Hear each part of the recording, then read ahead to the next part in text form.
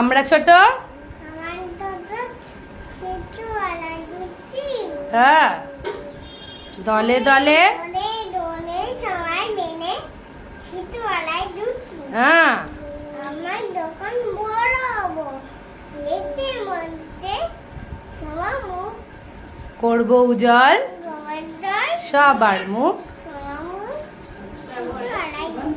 ব্যবহার আর কাজে বাহ হাততালি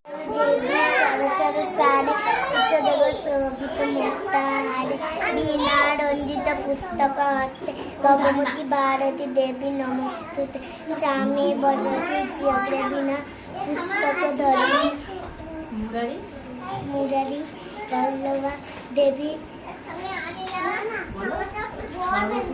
সর্বশুক্লা নমোদা আকাশ দিয়ে মেঘ ধরেছে সূর্যি গেল পাতে খুব গেল জলান্তে পদ্ধতি দিধাতে পদ্ধতি দিতালো জলে ফলে লাতম ফুল হাঁটুর নিচে দুলছে চতুর্দশা বলা চুল হাত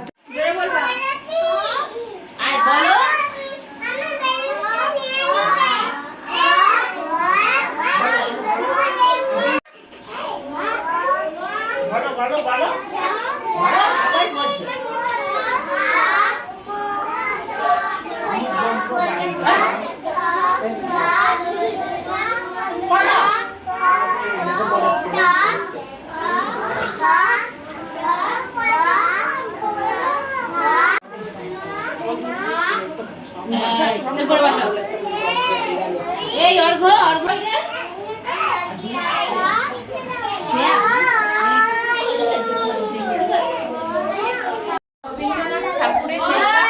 প্রশ্ন মাগো আমায় ছুটি দিতে বল সকাল থেকে পড়েছে মেলা এখন আমি তোমার ঘরে বসে করব শুধু পড়া পড়া খেলা তুমি বলছো দুপুর এখন সবে না হয় যেন সত্যি হলো তাই একদিনও কি দুপুর বেলা বিকেল হতে নাই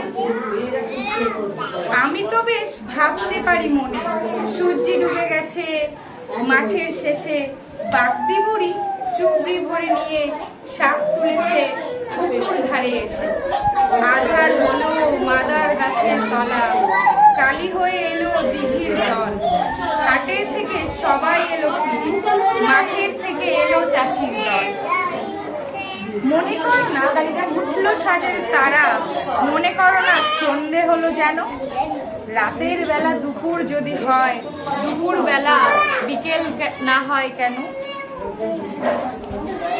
হাততালি শিক্ষক চিরঞ্জীব রবিরায় শিক্ষক মোদের শিক্ষাদাতা এই জগৎ সংসারে শিক্ষার দ্বারা আলোকিত হয় ছাত্রছাত্রীর মনস্থলে শিক্ষক ছাড়া ছাত্র সমাজ বৃথা জীবন পাবে শিক্ষাহীন জীবনে হতাশার জল ঝরে উদার মনের সমস্ত জ্ঞান যেজন প্রদান করে প্রকৃতভাবে শিক্ষক বলে শ্রদ্ধা জানাই আমরা তারে শিক্ষক মানে পরিপূর্ণ সে ভিন্ন ভিন্ন রূপে শিক্ষক দেখায় পথে দেশা এই পৃথিবীর বুকে স্নেহ মায়া ভক্তির ছায়া সবাই থাকে অন্তরে দুই চোখে সবাই সমান আমরা শিক্ষক বলি জানি এই জীবনে শুধু জানি সে পিতা মাতার পরে শিক্ষক দিবস পালন করে তাদের করুণাময় চলবে হাততালি কবি দেবব্রত সিংহের একটি আঞ্চলিক ভাষার কবিতা তেজ আমি জামবনির কুইরি পাড়ার শিবু কুইরির বিটি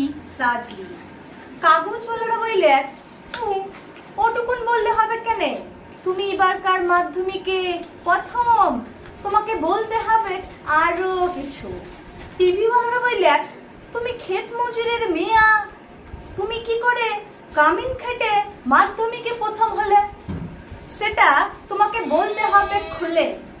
পঞ্চায়েতের অনিবৌদি, প্রধান, উপপ্রধান, এমপি, এমএলএ সব একেবারে হামলে পড়লো আমাদের মাটির পুরা ঘরে। জামবনি স্কুলের হেডমাস্টার মশাই বিহান বেলায় টিনের আগর খুলে হাঁকে ডাকে ঘুম ভাঙায়। খবরটা যখন প্রথম শোনালে তখন মাকে জড়ায় শুয়েছিলাম আমি। কুড়া ঘরের ঘুটঘুটা অন্ধকারে হেডমাস্টার মশাইকে দেখে মায়ের পানা আমিও কেমন যেন হা করে বাইলেছিলাম। কি স্বপন দেখছি নাকি? স্যার বললে এটা স্বপন লয়, সত্যি বটে। কথাটা শুনে কাঁদে ভাসাই ছিলাম আমরা মা বেটি। আজ বাপ বেঁচে থাকলে আমি মানুষটাকে দেখাইতে পাইতাম, আমি দেখাইতে পাইতাম বহুত কিছু।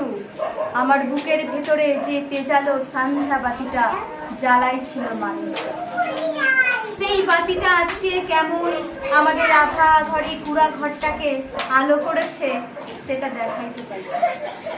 আপনারা বলছেন বটে, কথাটা শুনতে কিন্তু খুব ভালো। তোমাদের মতন মেয়েরা যদি উঠে আসে তাহলে ভারতবর্ষ উঠে আসে, কিন্তু উঠে আসার রাস্তাটা যে এখনো তৈয়ার হয় নাই। খাড়া পাহাড়ে উঠা যে কি জিনিস, বহুত দম লাগে, বহুত তেজ লাগে। আমি জামপুরের কুইরিপাড়ার শিবু কুইরির বিটি সাজু। যখন থেকে হুঁশ আইছে তখন থেকে শুনে আইছি বিটি না মাটি। ঠাকুমা বলতো পরের ঘরে হেসেল খেলবে, তার আবার লেখাপড়া। গায়ের বাবুরা বলতো তুই কুইরিপাড়ার বিটি ছিলা, তোর কামিন খাটা ছাড়া গতি কি? বাপ বলতো শুন সাজলি, মন খারাপ করলি তো হয়ে গেলি। শুন, যে যা বলছে বলুক, এক কানে সিমায়ে আর এক কানে বার করে দিবি। তখন আমাদের বাবু পাড়ার কুচিলা দেঘরার ঘরে কামিন খাটত না। হয় রোগের তারসে মায়ের গতরটা ভাঙে নাই অতটা। মাঝে মধ্যে জ্বর টর আসতো, জ্বর এলে মা চুপচাপ এঙ্গনাতে তালাই পাতে শুয়ে থাকতো। মনে আছে সে ছিল এক জার কালের সকাল, রোদ উঠেছে ঝলমলানি, ঝিঙা ফুলা রোদ।